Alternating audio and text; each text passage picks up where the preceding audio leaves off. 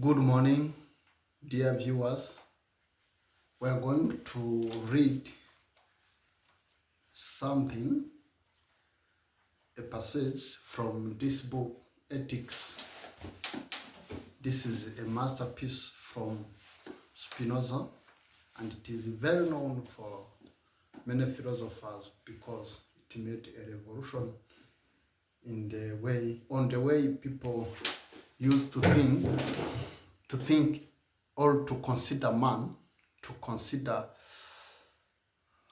God, or to consider life in general.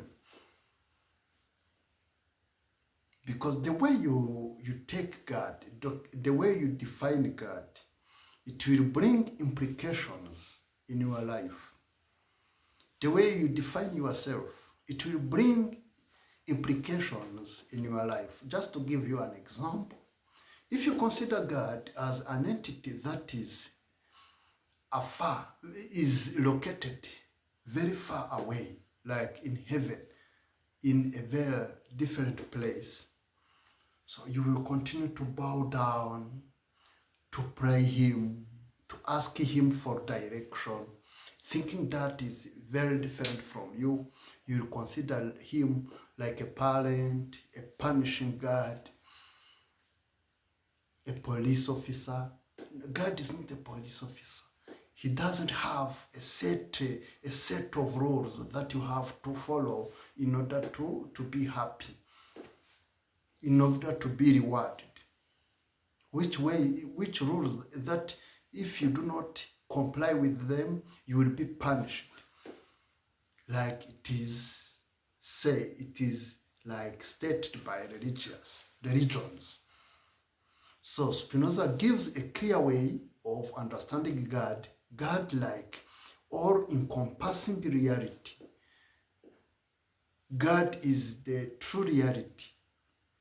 Is not outside nature. God equals nature. In this book, Spinoza writes that Deus sive natura, it is in Latin, God or nature.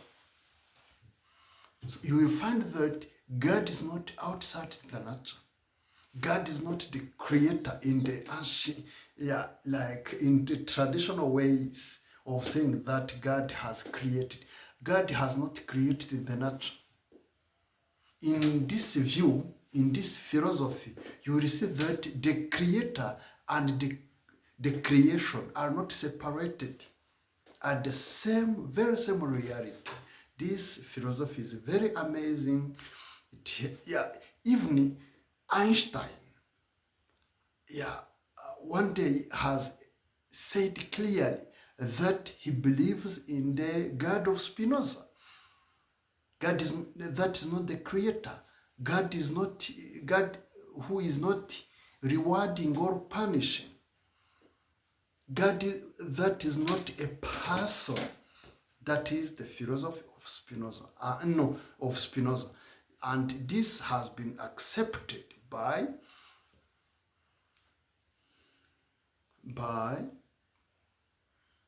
Albert Einstein. Just to cite one person. For people who do not know, Albert Einstein is the one who talked first about the relativity, even the relativity of time. The relativity of time, this can be explained later, but it is used, for example, in GPS, when drones are very accurate. They are using the relativity of time, because the speed of the satellites that are around the world is very high. So at a high speed, the time is very low. So at a very low speed, the time is somehow is also is not very high. The speed of time when you are you are, for example, you can say that to explain this, to explain like the relativity of time, you will say that at the very high speed, at a speed that is very closer to the speed of light, you will find that time is somehow not flowing. But at a very normal speed here on earth, so you will find that time is yeah, can like flow with a great velocity. This is like, yeah, if you consider this, you will find that Albert Einstein is not just some physician like others. He was even rewarded a Nobel Prize in physics. So what I want to say is that the way you take God, you will also moderate, you will also mold your life on your concept of God.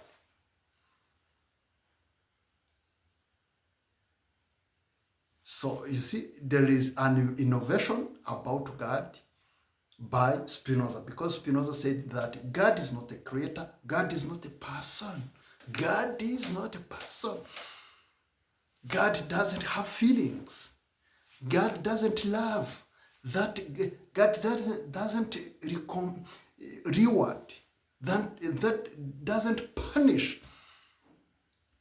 If you do evil things, serious consequences will come to you. But they will not come to you because there is like a God that is punishing you. No. Nature is organized like that.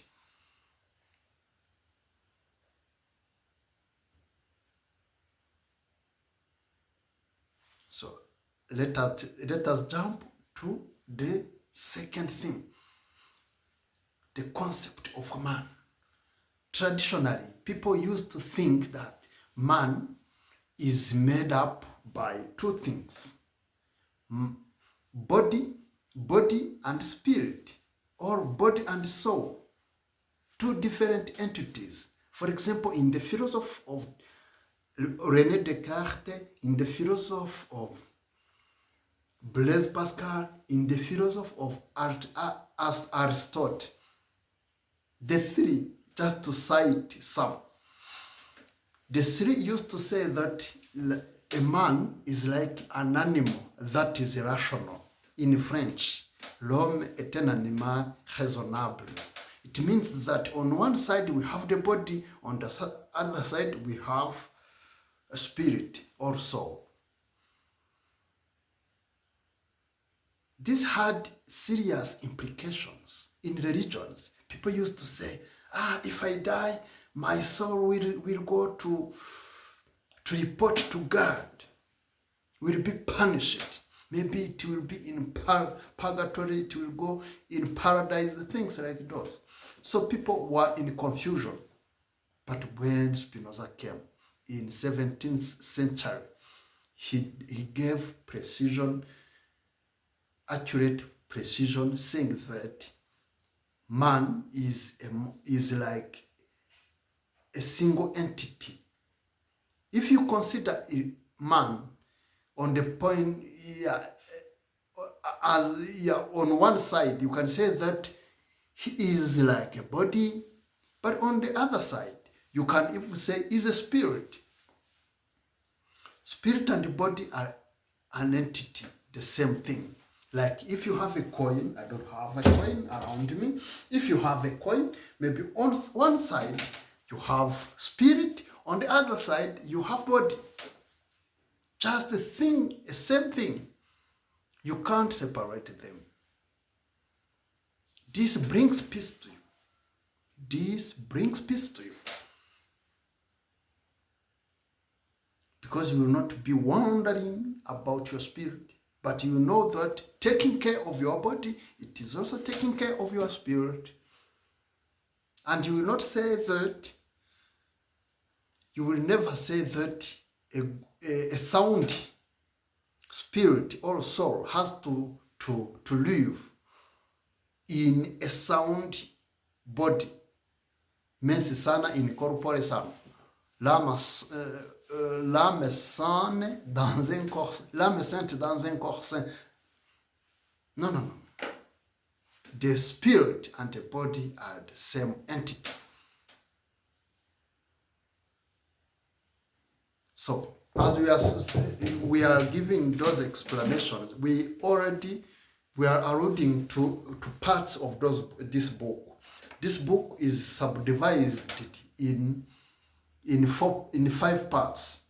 The first part is talking about God and is called De Deo.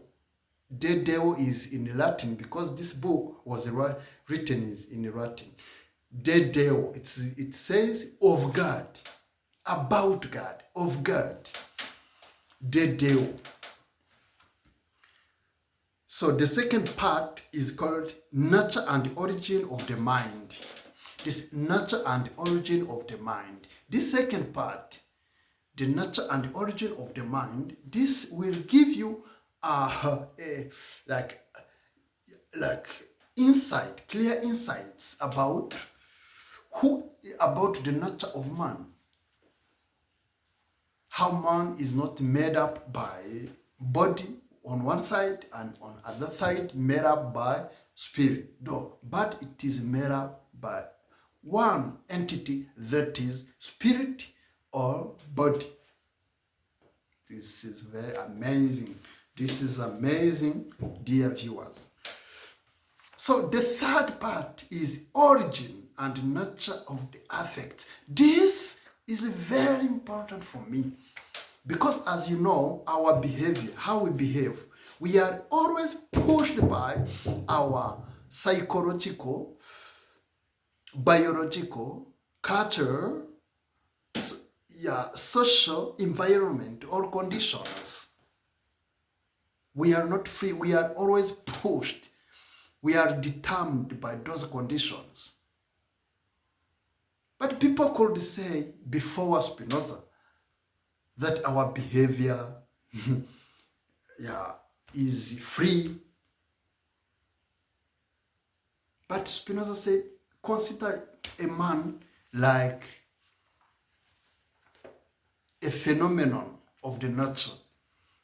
To explain this clearly, we can read the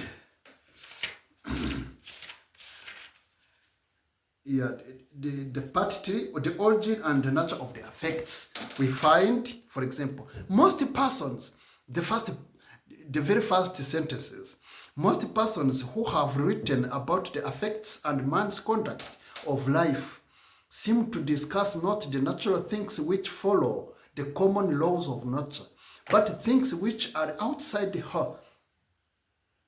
They seem indeed to consider man in nature as a kingdom within a kingdom. Do you see this? It's very amazing. You see, Spinoza says people who have studied men or man before him used to consider him like an empire in the middle of another empire. It says that people could say that the man is somehow independent, is not governed by laws of nature. But Spinoza said, let us consider a man like a phenomenon of the nature. One of the phenomena of the nature. Good.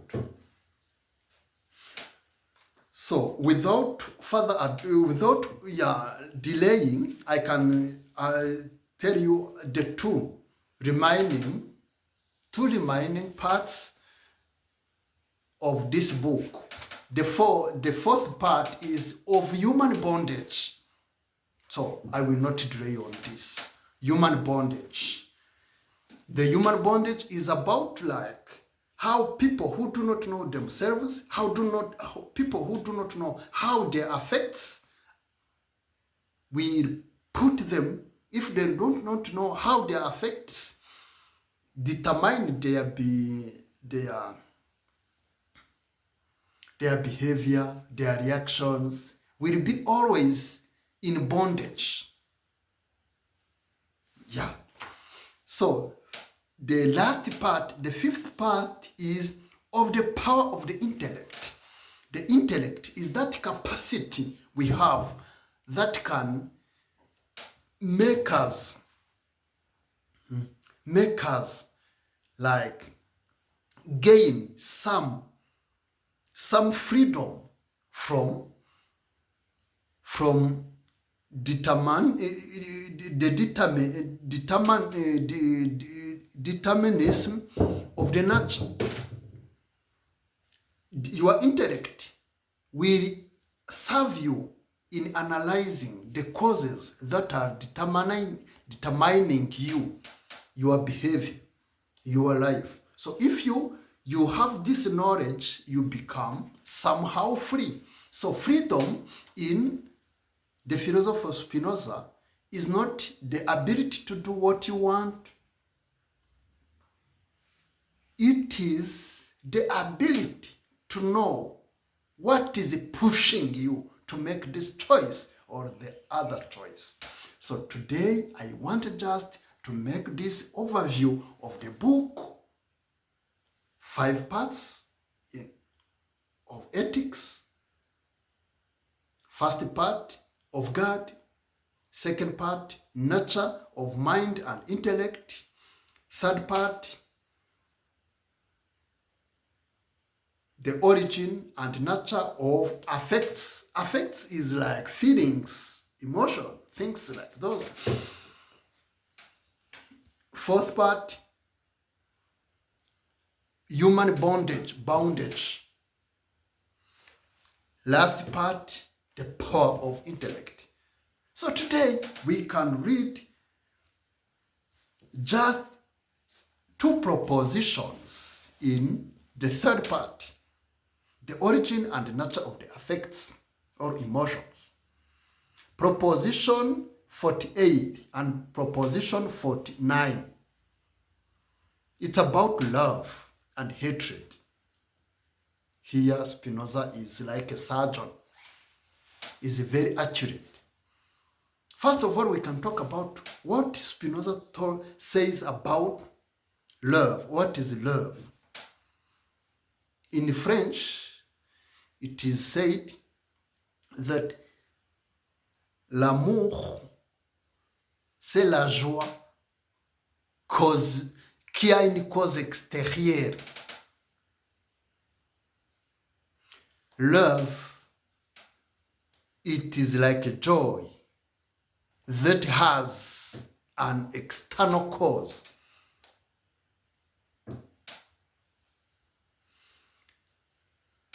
La haine, hatred. La haine, c'est la tristesse qui a une cause extérieure.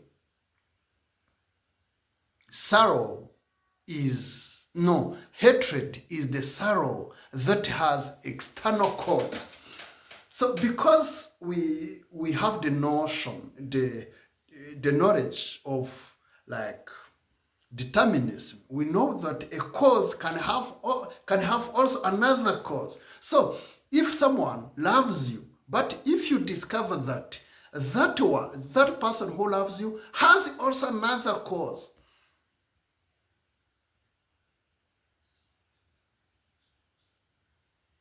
so you will say, this love is not genuine, and so on. Even the hatred, someone can show you hatred, but if you discover that the hatred that comes from that person is or has originated from another person or another entity that is external to him, you will say, this. You will not consider that hatred very serious. So it is in summary what is meant in the 2 propositions. Proposition 48, love and hatred towards any object. For example, towards Peter, are destroyed if the joy of the sorrow which they respectively involve be joined to the idea of another cause, and they are respectively diminished in proportion as we imagine that Peter has not been their sole cause. For example, normally we love Peter because he brings to us a given amount of joy. We hate Janet because Janet brings to us sorrow. But if you know that the sorrow he brings or she brings to us, or hate or joy, is not genuine, that is also like coming to him or to her, you will say, your love to him or hatred to him will also diminish. Proposition 49. For the same reason, love or hatred towards an object we imagine to be free must be greater than towards an object which is under necessity. Love and hatred towards an object we imagine to be free must be greater than towards an object which is under necessity. This is very understandable. We were considering love and hatred towards Peter. But now it is towards an object. If that object is free, we will say, the love and the hatred can be greater. But if that object is under pressure, we will not consider the love or the hatred like very great. It will not be great, it will be less. These, dear friends, dear viewers, we can close this saying that this philosophy of Spinoza can help us to manage our reactions. Because how come someone who is under pressure wrong you and you become very affected? If you know that someone who does wrong to you is under pressure, or he did it unwillingly, he was not free, so you will not be so very affected. Thank you, and I wish you share this video to other people. You even make some comments so that people can follow and this channel can increase. I want people to know philosophy because it can lead them in their choices, in their daily life. Thank you.